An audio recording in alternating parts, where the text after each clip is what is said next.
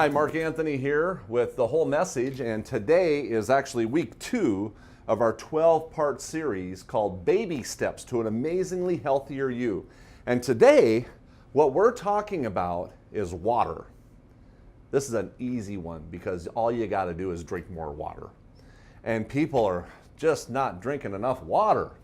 Let me tell you, this is my water container. I've got a little filtering system in there. You can grab bottled water, tap water, whatever water you drink more of it.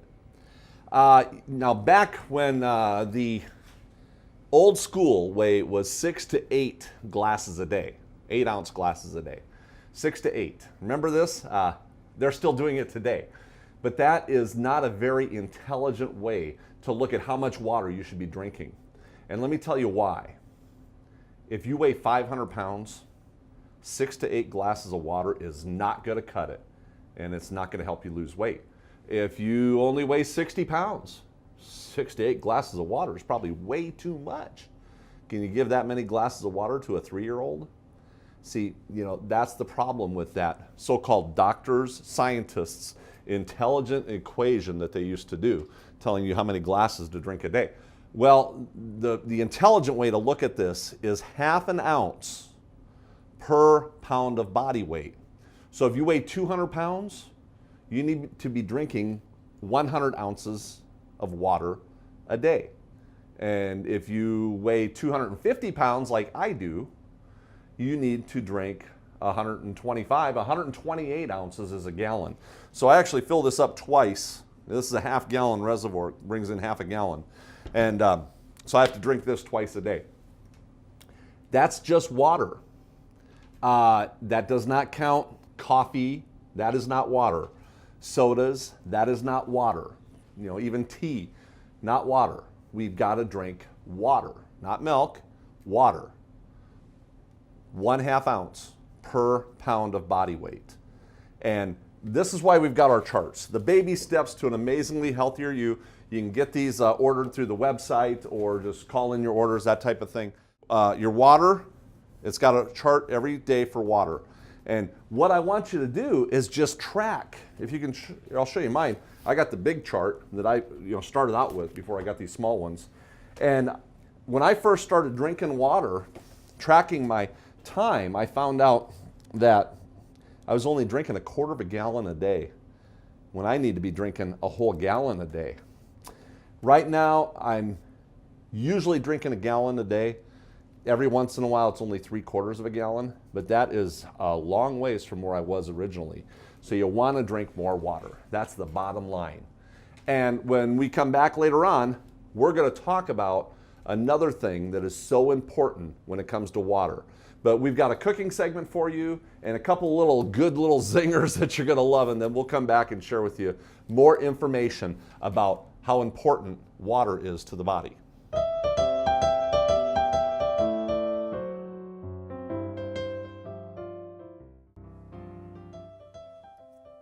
Hi, Mark Anthony here to show you the easy way to chop up a watermelon. And let me tell you, we're just gonna cut the 2 slices off the ends like this, and I kind of look for those brown stems. Green stems, white stems aren't ready to eat yet. But when the stem turns brown, then it's ready to eat. You can also look for the yellow bellies. That means that it's actually been ripening in the field a little bit more. But anyway, just take both ends off, and then we're gonna give it a slice all the way around like this. And this is the easy way to chop a watermelon.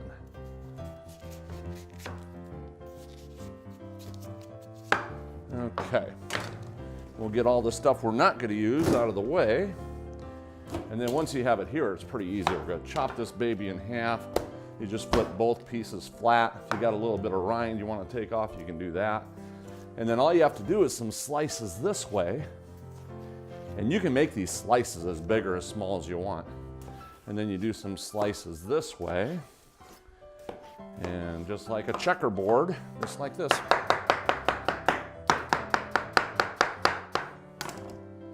And literally, woo, in 1 minute, you got your entire watermelon cut up. In fact, I've got so much watermelon here, it's going everywhere. Woo! And I got my watermelon plate here, so I got to share that with you. There you go, within 1 minute, and you've got watermelon ready to go. Mark Anthony, keep watching those videos. See you next time.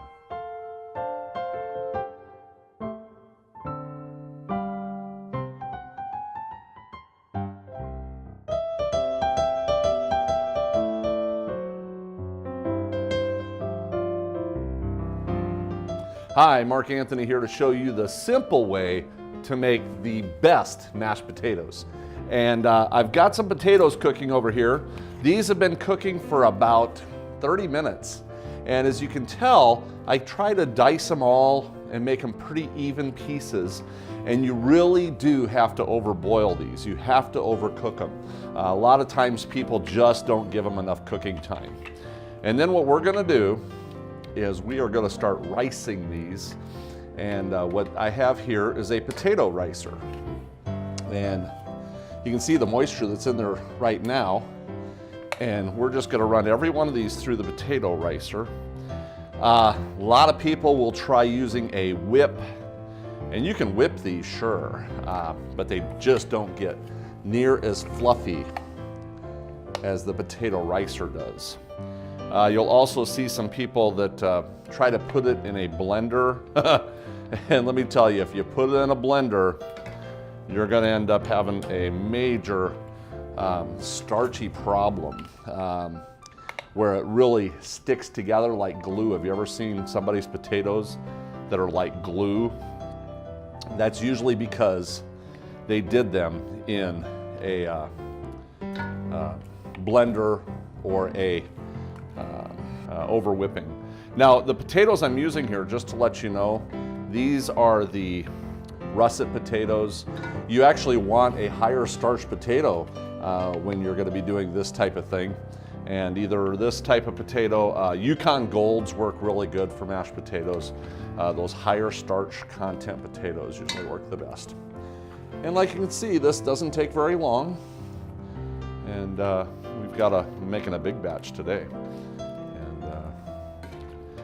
And I never put anything in the water. I just boiled it up plain, no added salts or anything in the water there. So, and I'm gonna get every one of these too. I know, sometimes I just like to do things right. Okay, so just like that, boom. These are great, about 20 bucks on the internet. That's the best one I've seen out there. Okay. Now, you could almost whip this into a pure fluff right now. I'm going to add a couple of my favorite ingredients. Nutmeg is the secret ingredient. You put nutmeg in your potatoes, it's going to be the wow factor.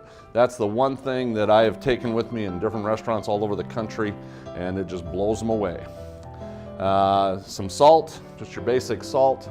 This right here is a butter flavor. Which you can find different butter flavors here and there. White pepper, some people don't use the white pepper, but that is one of the essential little ingredients to a real wow factor on a potato. The other thing I have right here is garlic. And you all know how I buy my garlic like this. And what I like to do is just press in here and pull out some of the juice, just like that. You got some of the juice. And you could actually put the garlic and everything in here. It's a garlic mashed potato that way. I'm not going to get too carried away today. And then we're going to add our milk. You want to make sure that you do not use the vanilla milk because vanilla just isn't the flavor that really works with this. So we just use a plain almond milk is what I'm using today. Anything plain will do. And you will notice that I hardly have to whip this at all. I really have no effort whatsoever with whipping this. Just like that, and it's already done. It is that easy, and you will see how fluffy this is. It'll actually just blow you away. I'm gonna add just a little bit more milk, and you can heat this up if you want. Some people heat it up. But as you can see, with the little amount that I'm using, I really don't need to heat it up because it's hot. It's already hot. So that fast and easy, and you've got whipped mashed potatoes. So how easy is that? And I'm going to share with you what we can do here. If you wanted, let's say, to have your whipped mashed potatoes, there you go. You've got your whipped mashed potatoes. And you can see how fluffy they really are. I mean, it's just fluff. That's the thing that the ricer does for you that is very well. Now, let's take it one step farther. And I'm going to bring over the cauliflower that I've got cooking here. And the reason I did this in two sections is because I know there's a couple people that are going to be eating this that don't like cauliflower. Of course, I put these in here, they probably won't even know they're there. So we're going to add some cauliflower to this second batch here. And it's almost maybe about 30% cauliflower.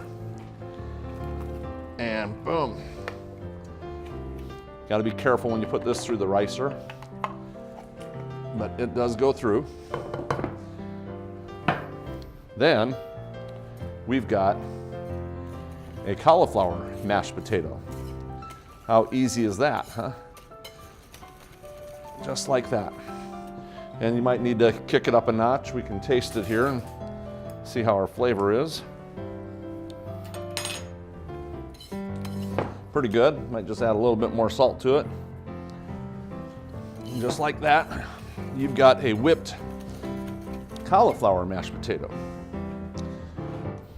And we can put this in a container here. That's what you want. You want the fluff. You want that whipped, fluffy mashed potato. So there you go, that easy to have your mashed potatoes. And if you want, you can kind of give them a little design work. A lot of times I'll do some fun little sides on them like this. And these little edges will work when you're going to add a little butter to it. And I've got my one container here melting, which is what I use for my melting butter. And then you can just put this into those little grooves. And some people don't like the butter. Some people are going with the low oil. You don't even have to do this. So, but it's just a visual appeal. And people see that butter on there, they're like, wow. And I can take it one step farther here. Let me grab some parsley flakes. And yeah, that is my spice jar, by the way, my entire spice rack. So if you want to give it another visual appeal like that. But one with, one without. So we've got two different types of potatoes here. Same concept. Best thing to do is use a potato ricer. You will get the fluffiest without a doubt. And that's what we're looking for, is the fluff. So that easy. Mark Anthony here showing you the simple, fast, easy way to make mashed potatoes. Even with the cauliflower, you can do a cauliflower mashed and even boil it together.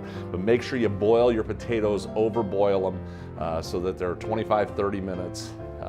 Use a good potato, and there you go. You've got it done. So Mark Anthony, great to see you again, and we'll see you next time in the kitchen.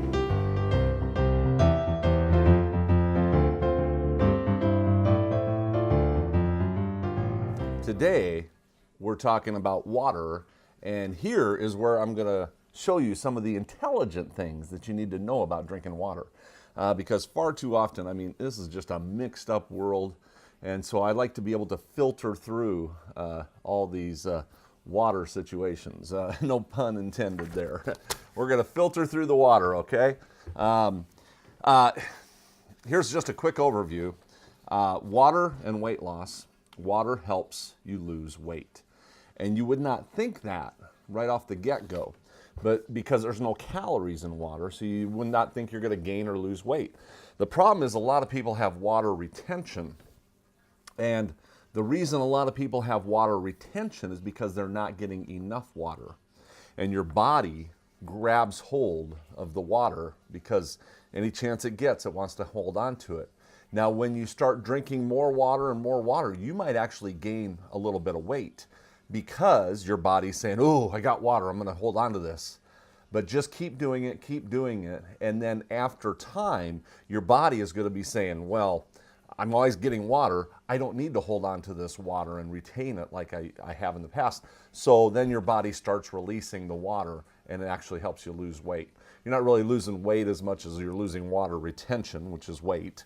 So, but that's the way it works. And of course, water helps energize the muscles. Anytime you're going to be working out, which we've got a class on exercise coming up next, and you want to drink lots of water. This is why this is my second of this 12-part series, Baby Steps to an Amazingly Healthier You, because water is inexpensive, and it's something you can do right from the get-go, and it will help in your next step as far as exercise goes. So definitely got to help that. Of course, water helps keep your skin looking good. Doesn't help in my case, but hopefully for some of you ladies, this will work. Number 4, drinking water helps maintain the balance of bodily fluids. We know that the body is composed of about 70% water, so you might as well be drinking a lot of water. And water is the #1 antioxidant on the planet. So, and of course we knew that, and some people didn't, but that's what I'm here for, to do the homework. All right, I want to share with you a couple things here because we're talking about the amounts of water to drink and how much water you should be drinking. And like I said, it should be half an ounce per pound of body weight. So if you weigh 200 pounds, you'd have 100 ounces. Now, I'll go to a couple websites here. This one, Dr. Oz, I love when I can quote him, but I can't quote him all the time. And here's a good point I want to make here. There are no good scientific studies to support the 8x8 rule, 8 glasses, 8 ounces a day. Just as this is what I was talking about. This is just a ridiculous thing. The origins of this recommendation date back to 1945. The original guidelines actually came from a misinterpretation of a recommendation from the Food and Nutrition Board. The recommendation stated that a person should have 1 milliliter of water for each calorie he or she consumes, and then they were looking at the average diet of 1,900 calories, meaning you should have about 64 ounces of water per day. So now the new thing is, instead of 64 ounces, they bumped it up to 91 for women and 125 for men. But see, they're still having the same problem. And I can understand where, if you consume more calories, you might need a little more water. But for the most part, this water is designed to nourish the body, not to digest the food. And we'll talk more about that later. But once again, this is not exactly, my whole point, here's my big point about this thing, okay, is that the old recommendations from the Food and Nutrition Board, which we were supposed to believe, we're not supposed to believe now, but here comes the new information that we're supposed to believe until the next time they come across and say, oh, don't believe that one anymore, we've got a new one for you. And then don't believe that one anymore because we've got another new one for you. And the cycle just continues to go on. And we've got to understand, these doctors, these scientists, they make mistakes all the time, but they never ever fess up to it. It's like you can never win an argument with a doctor, a scientist, or a teacher. It's just that way. And, because, new light has been shown upon the situation. And so anyway, stick to the half an ounce per pound of body weight. That it really works well. And I love, at least they kind of did something good on the end here. I'll share this with you. But for the most of us, an easy way to gauge how well hydrated we are is to simply look at your urine. It should be fairly clear. And if it's very dark yellow, that's a sign that you need to drink more water. So that is very, very true. And but I just love the way these places do this. Here, this is WebMD. You're going to love this one, WebMD. And I'll tell you what, I compliment WebMD quite often, but not for this one. Most of us grew up thinking we need to drink 8 glasses of water each day in addition to other drinks we might choose. But the latest recommendation says that we no longer need to worry about drinking specific amounts of water. Instead, we can simply satisfy our thirst with any beverage. Now, and that's the statement that they're putting out there. So, okay, that means we can substitute beer for every single liquid that we're ever going to drink. You know, alcoholic beverages actually dehydrate the body. You know, so that is just a totally inaccurate statement, but people look at that and they believe it and they think, oh, well, I can drink coffee all day long. If coffee is the only beverage you drink, you're going to have major problems in your life. If milk is the only beverage you ever drink, you're going to have major problems in your life. And if sodas is the only beverage you drink, you're going to have major problems in your life. And here's the thing about it. This is why I recommend water, because when you start consuming more water and you start drinking this, you know, right amount of water, it's going to help you eliminate all these other harmful beverages that you should not be drinking. You know, even fruit juices and that are sugar added, and a lot of times the fruit juices have way too many calories. You know, if you drink fruit juice every day instead of water, a gallon of fruit juice every day, you'll gain weight because that's got calories in it. So this is another one of those things that this is what I'm here for, to filter out what is going on, eat the watermelon and spit out the seeds here. So that's what we do here. Now this one here is U.S. World Health News, and they've got it right. The basic equation for determining this is by dividing your body weight in half. So if you weigh 200 pounds, you would need 100 ounces of water per day. Amen. Somebody actually has it right. And so the other thing I'm looking at is wondering not just how much to drink, but when to drink and when not to drink. And this is kind of interesting. Go to Google, put in water with meals. Of course, I've got over 200 million results. Is water while eating good for you? Is drinking water during meals healthy? The awesome side effects of drinking water with your meals. Water after meals. Does it disturb digestion? Say no to water between meals. You got to be kidding me. This is what people actually believe. Say no to water between meals. You know, just lunatic type of things going on out here. Unconventional. Stop drinking with your meals. Don't drink water with your meals. Drinking cold water with meals is a question mark. Think again. Is it okay to drink water while eating? Drinking water with meals can impair digestion. And this is just from this one, water with meals. So I'm going to do it the easy way, though. I'm just going to share with you one particular here. And this is from the Amazing Discoveries. Here's a quote from Counsels in Diet and Foods, I believe. Food should be eaten slowly and should be thoroughly masticated. This is necessary in order that the saliva may be properly mixed with the food and the digestive fluids be called into action. The digestive fluids in the mouth are so important to digestion and assimilation as those of the stomach. They are designed by God to work in tandem. Soft foods should be chewed long enough to get saliva enzymes flowing, and solid foods chewed until juicy for the same reason. That is why a diet of mostly soft foods is not as good for us as one that with the foods that we must chew thoroughly. And this is the point that a lot of these other so-called experts aren't understanding, is that it's the saliva in our mouth that gets excreted into the food that helps the digestion. And when you're consuming just other waters and beverages, then you're not getting the saliva that you need for digestion. And but someday they will learn. Till then, you got me and places like Amazing Discoveries to look at. Now here's another interesting thing. Many make the mistake in drinking cold water with their meals. Taken with meals, water diminishes the flow of saliva glands, like we just talked about, and the colder the water, the greater the injury to the stomach.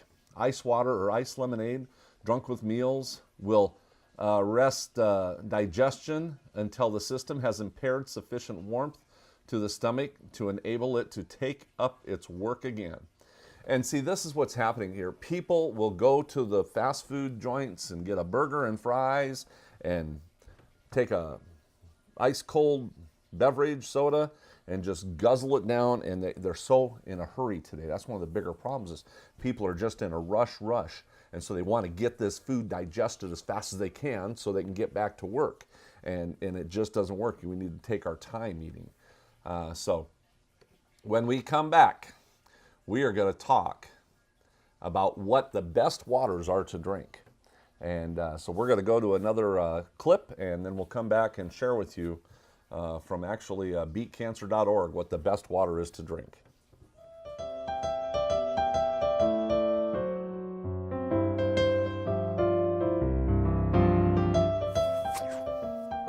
Hi, Mark Anthony here to show you the easy, simple way to make some mango salsa. And this is one of those things that is just a couple of ingredients. And by the way, look at how much mango I got out of one mango. And you can go to my other videos and I'll teach you how to do it an intelligent way without hurting yourself and getting the maximum out of your mangoes. But this is all it takes to make a mango salsa. You've got your mangoes, I diced them up pretty fine. I've got some red bell pepper and some red onion. So those are my two favorite ingredients right there. And of course we've got our cilantro, and I go overboard. If you remember, I do go overboard when it comes to cilantro. Right here, I've got some diced up jalapeno pepper. It's only half of a jalapeno pepper, and you probably don't even need all that, but in my case, I'll go ahead and kick it up a notch. And a little bit of lime, and I'll just do the whole half a lime right in there, because you want some liquid to get things stirring up a little bit. My secret ingredient, just a little sprinkle of cumin in there. And just like that. And we're missing one ingredient though. Let me grab some salt. I gotta grab some salt here. And by the way, this is my spice rack. Just in case you're wondering what all that stuff is on the back there. That is actually my spice rack, and I've got salt in there and 25 other ingredients. So a little bit of salt right there, and that's it. There is your mango salsa in just a couple minutes. To dice everything up, it only took me about not even 5 minutes. And so you've got your mango salsa. Now one thing, if you remember, you've got the sweetener from the mango with the salt. If you drizzle a little bit of olive oil in there, now you've got a real addictive substance with the sugar, oil, and salt. So you can always do a little drizzle. You don't need the olive oil if you're going low fat, low oil, but it does really kind of bring the whole thing together like this. So that easy. You've got your mangoes and a mango salsa. And this is fun for salads and just even with a thing of chips, and you could really have fun with this. People are just going to be surprised. They're going to be like, wow, that is something new and delicious. And right now is the mango season for the next couple months. There's actually 2 seasons for mangoes. One of them is going to be going into winter, right into the early winter season, and then one again in the summer. So for the good ones. And so just like that, you've got a beautiful mango salsa, and it's fast, easy, healthy, and that's what we're doing, is trying to teach you intelligent ways to eat a healthier lifestyle and make it easy for you. So Mark Anthony here, and go to the website, check out other videos that we have all over, and we'll see you next time in the kitchen. Have a great day.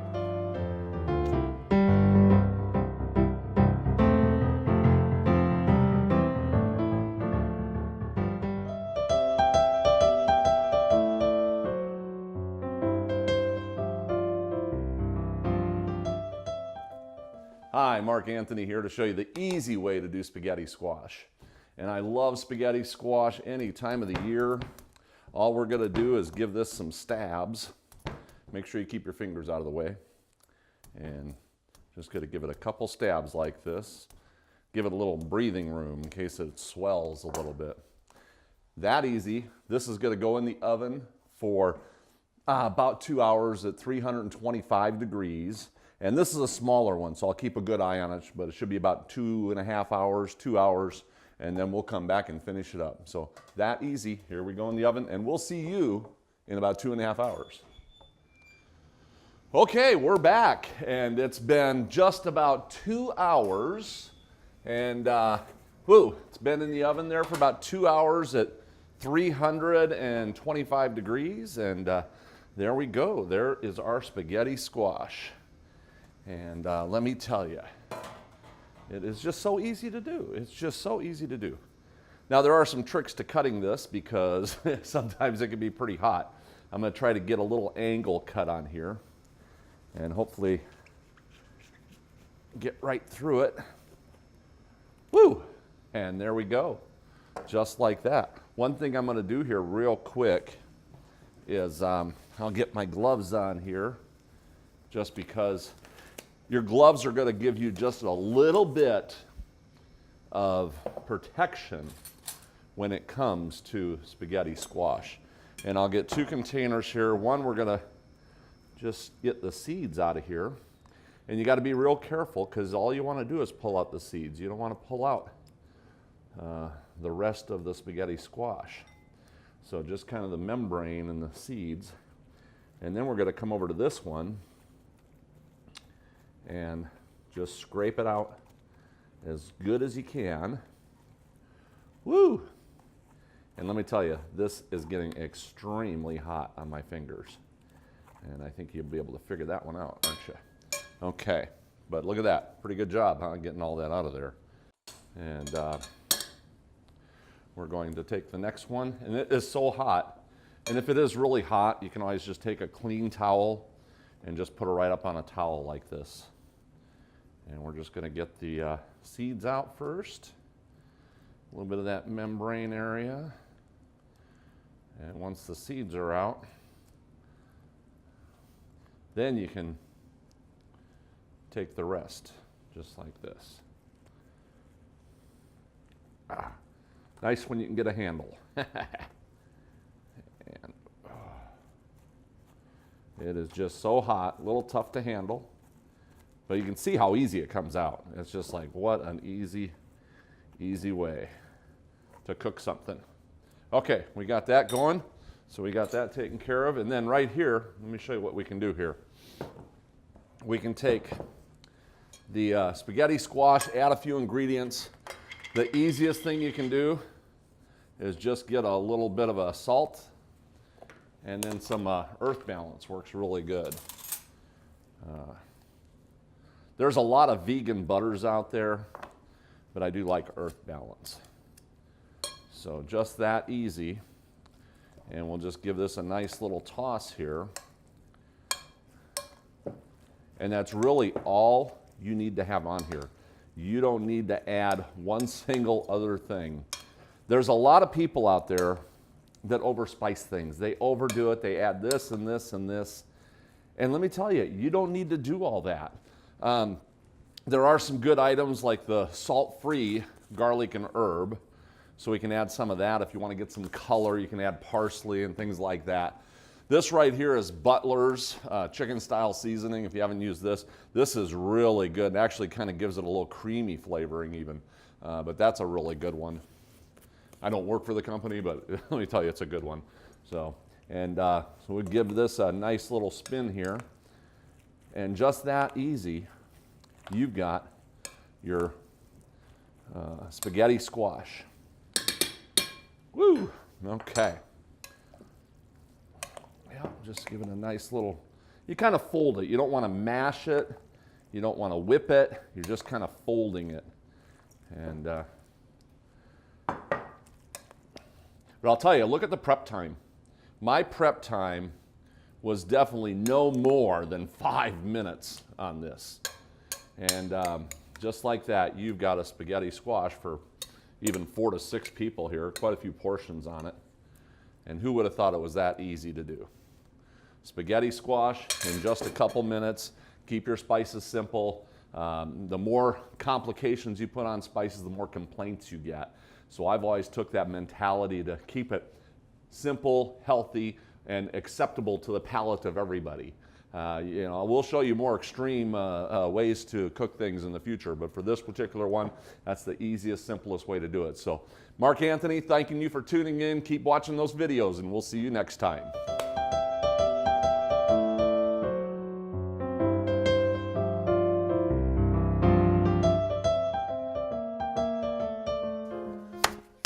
Okay, we're back, and we're talking about what the best water to drink is. And I want to share with you some of the different types of water that are out there. Spring water, purified water, mineral water, sparkling bottled water, artesian well water, and then well water. And each one of these has a specific element to it that is actually regulated by the federal government and the Food and Drug Administration. Spring water is derived from an underground formation from which water flows naturally to the surface of the earth. And so every one of these, you have to have this particular requirement in order to call it purified water, which would be like a reverse osmosis or filtering or deionization, things like that. So there are lots of different types of water. And by the way, I love this part too. If there's a federal law that requires that if the water is from the tap, it must say from tap to bottle on the label. Now, because I know a lot of people say, oh, that bottled water is just tap water. Well, it's not. And if it is, they are required to put that on the bottle. So now there's also different types of watering filters. You've got charcoal watering filters, reverse osmosis, distillers, ultraviolet water filters, and backflush filters. So lots of different filters. Backflush is kind of, doesn't sound right to me. You backflush it right back in and then it kind of comes back through, and that might be okay, but I'm kind of leery of that one. So I wanted to look at what the best water is to drink and started doing some homework here on beatcancer.org, really good website here. And just kind of cruising through here, they're talking about pH balances. And like I was talking about earlier, this is what I wanted to share with you. This is the part I want to read. Research has shown that the best way to prevent cancer or to keep it from reoccurring is to provide an inhospitable environment in which cancer cells cannot grow. Nobel Prize winner Dr. Otto Warburg showed that cancer thrives in a low oxygen, high acidic environment. Oxygen destroys cancer cells as well as bacterial and viral invaders. Alkaline, ionized water helps increase the level of oxygen in the body by enabling more oxygen to attach to the hemoglobin binding sites in the blood. And if you remember what I was talking about, I talk about it a lot, where a lot of times it's the amount of oxygen that we have in our blood that removes cancer cells. And when you're eating animal products, you're actually coating your blood with animal fat and cholesterol. And when you remove the animal products, you get rid of this animal fat and cholesterol that's on your blood cells, and then your blood gets the right amount of oxygen, and your entire filtering system starts doing the job it's supposed to be doing. So oxygen in the blood, I've been saying this for years, is so important. Well, and here they're showing that the higher alkaline level of food or of water will actually bring more oxygen into the blood. And so that's what you're looking for, the ionized water that has a higher alkaline level. And of course, doing more homework here, I was like, okay, what's all this pH about? That's maybe what you're thinking. What's all this alkaline, acidic levels? This right here is right from the Google images. I like going to images. And as you can see, there's tons of images when it comes to pH levels and lots of different charts. Most of them all have the same elements of acidic, neutral, which is at 7.0, and then your alkaline, which goes on the higher 8, 9, 10, all the way up to like 14 sometimes. So you want to stay away from the acidic, and draw, which is your soft drinks, your coffee, your beer, vinegar, things like that, juices even, and stay more in your alkaline levels. So, and of course I thought, well, let's do a little more homework here. And I found a site that is actually phconnection.com. And they have a chart here that actually shows the exact pH balance of dozens and dozens of different waters. I mean, Aquafina pH is 5.78, which is below the 7.0, which is just plain water. So water is just plain 7.0. And there are some that are higher than 7.0. So you can just take a look at the chart, and Arrowhead Spring Waters at 6.8. I'm looking for familiar ones here. Crystal Geyser, 6.9. Dasani, that's a Coca-Cola product, is at 7.2. Avion from France is at 7.5. And Hawaiian Islands is only at 5.3. A lot of people buy that one just because it's Hawaii water, and it's only at 5.3. So, yeah, if you're going to drink water, try to get some smart waters at 6.9. So, anyway, that's a kind of a Zephyr Hills is actually at 7.5. So, and what I was doing, I'm thinking about this, and as I do my homework and I'm looking at water levels, this is where I came up and I said, you know what? We need to have the right water content foods. A lot of people, don't understand the water content in food. And so I did a little homework. This is from University of Kentucky right here. And it gives you your percentage of water in foods. Apples at 84%, apricots at 86%. Some higher ones, grapefruit at 91, strawberries at 92, watermelon at 92, tomatoes, green tomatoes at 93, zucchini at 95, iceberg lettuce at 96, and which does have a lot of nutrients. You're okay to eat iceberg. It does have nutritional value, unlike what people think.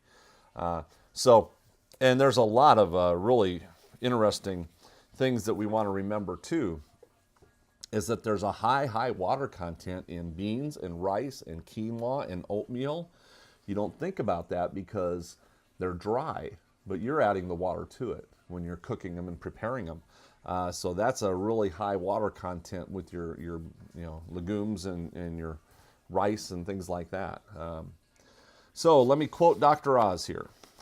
I love quoting. I'll just paraphrase him when I can. Recent research suggests that eating too many acidic promoting foods can damage your kidney, your liver, raise your risk of cancer, and can raise your risk of diabetes. So eating those high acidic foods. Now I'm looking at water, and now I'm looking at the water in food, and now we're looking at the acidic in water. Let's look at the acidic in foods. You see in this, we're putting the whole picture together here for you. Acidic levels in foods. Let's hit it here. This is from energizeforlife.com.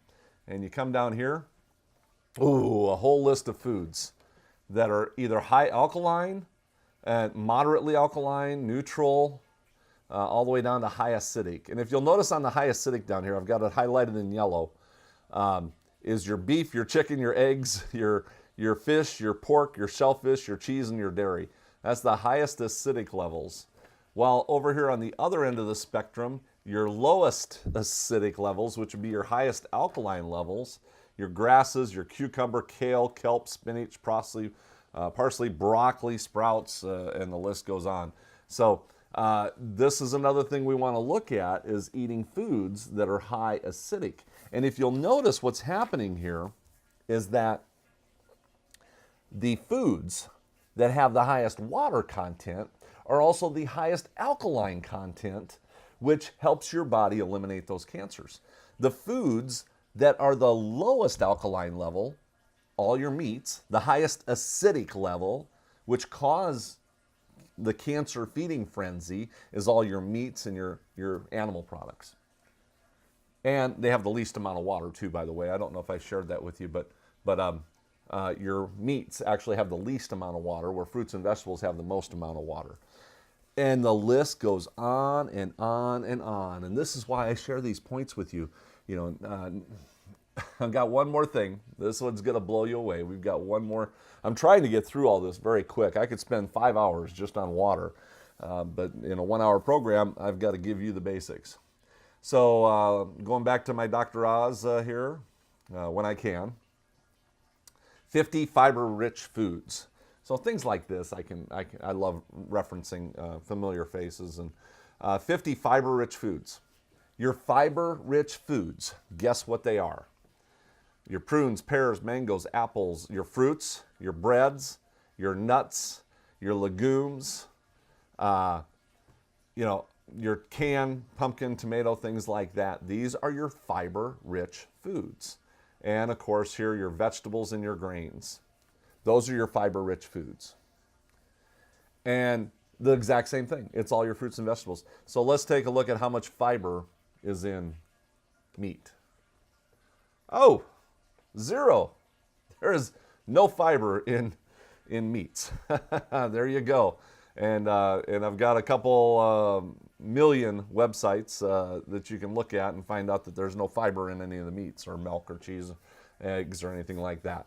So the bottom line is get that high fiber, get that high water content in your food, and most importantly, start drinking the right amount of water. And you start drinking the right amount of water, your whole system's going to start functioning the way it's supposed to, and everything's going to work better. So this is the intelligent side of why I want to share with you the whole message. Don't look at just bits and pieces like people look at this and look at one line here, one line there, trying to find what they need to believe in their own personal causes. We want to look at the whole message. And bottom line is drinking more water, not beverages of any kind, is what you want to do.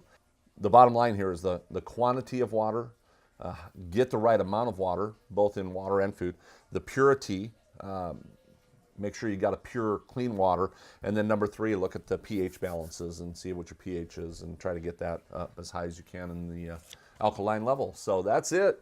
We've got another clip here, and then we get to call it a day. So we'll see you next time on The Whole Mess.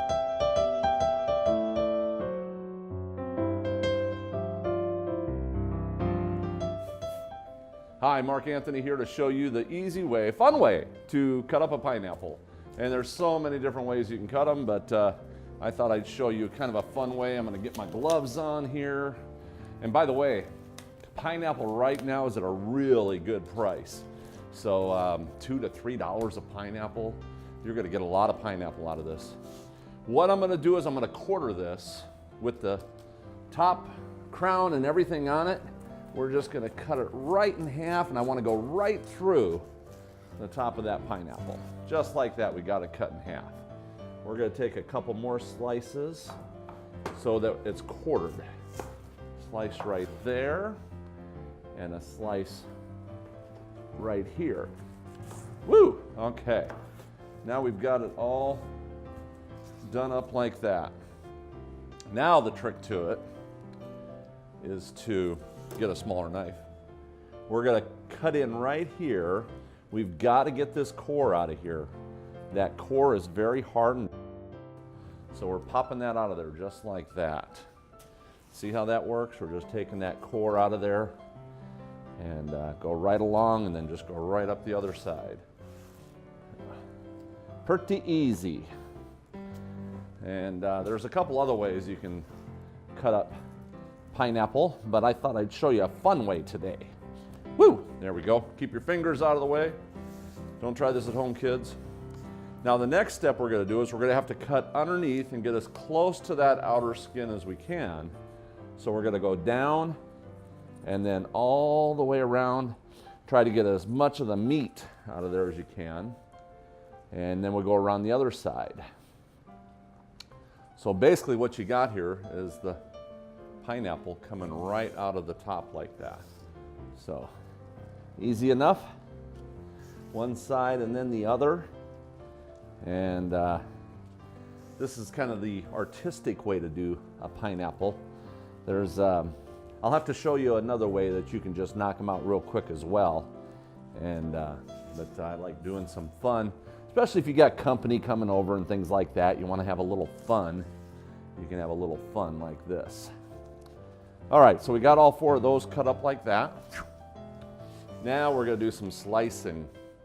And we're just going to do some slices that are as big or as small as you want to slice them here. You don't want to go all the way through the pineapple. We're just slicing the actual part that we cut there. So, and keep your fingers out of the way, just like that, okay. And you notice I always do like one thing and just get through all of it, and then do the next and the next, and sometimes it just seems easier that way. It seems like for production purposes, you get things done a lot faster when you do them that way. Now I can get the knife out of my hands and work on the rest of this here. And we're just going to do some zigzagging here. Okay, just like this. Whoa. And if you've ever tried this chili limon, I don't have any with me today. I've been looking for it.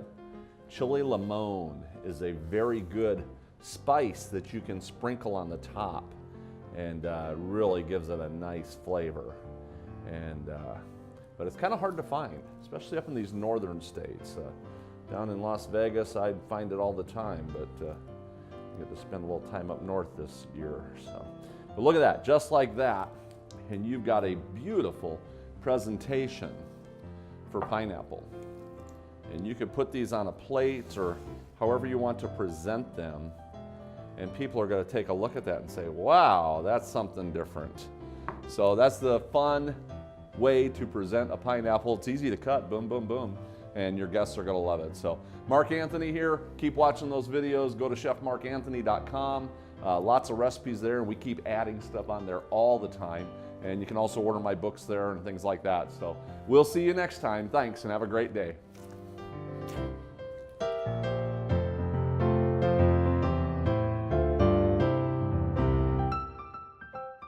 Just wanted to remind you that my books are available on my website at chefmarkanthony.com, or you can call the number on the screen.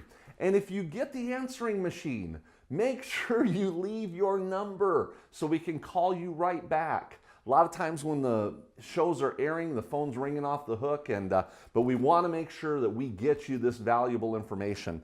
Now this is my $25 book called Vegan Simplicity, and it's got a lot of great recipes in it. You're going to love this book. It's just fast, easy recipes. And this is my book, Simply Incredible, which is a hardcover book, and 400 pages of full color. I mean, this thing's got such great recipes in it. You are absolutely going to love this book. 400 pages, full color, stitched binding, and it's got a lot of the information in the beginning about the baby steps that we talk about, baby steps to an amazingly healthier you. And if you don't have the chart yet, all you have to do is send in any donation that will help us continue to grow this ministry, and we will send you this chart for any donation. And and this is such a great chart because it helps you track trends so you can see how your success is going along. And so that's available. My books are available, even Melody Purdyman's book. We got lots of things available. And I just want to thank you, though, because of you, we are able to sustain ourselves as a ministry and continue to grow. Our passion is to get this health message out to more and more people, because we know when you get healthier physically, you're going to get healthier mentally, and you're going to have a better connection with God. And that's what we're here for, is we have a passion to draw people closer to Christ. And we know that when people get healthier, everything falls into place. And so thank you for your support. And we'll see you next time in the kitchen. That's our program for today. And the main point that I want to point out to you is that tap water is better than no water at all. Filtered water is better than tap water. But I'd much rather at least get you having the right amount of water. It's actually the #1 antioxidant To drink water actually filters out more toxins in your body than any other thing, any other food. It is the #1 antioxidant in the world. So, and of course, the thing I really love about water, biblically, water is representative of the Holy Spirit. And you ever notice when you drink a glass of water, how immediately refreshed you are? And that's the way I feel when I receive the Holy Spirit. And so I always refer to water that I'm drinking, just like drinking in the Holy Spirit. And, you know, to me, our bodies are a temple, and we need to prepare a clean environment for the Holy Spirit to dwell in. So what would be better than to consume the right amount of water that are so refreshing to the body? And it just is. It's just a wonderful, wonderful thing to drink water, purify your body so that you have a better place for God to dwell. And so thank you all for tuning in. Make sure you go to the websites, Facebook, YouTube. I got a great YouTube channel where you can get all these segments. That's what I'm really big on, is putting segments out there, because that's the world we live in today. People want to watch segments. They don't want to watch a whole hour cooking program. Thank you, though, for tuning in. But anytime you want to learn how to cook something, it's much easier to learn it in 5 minutes than have to watch a whole 1 hour show, because they stretch it out through commercials and this, that, and the other thing. So that's what we want to do. And thank you for tuning in. Tell your friends about this. Tell them about the website and the YouTube channel. And that really helps a lot. So you be blessed, and we'll see you next time at The Whole Message.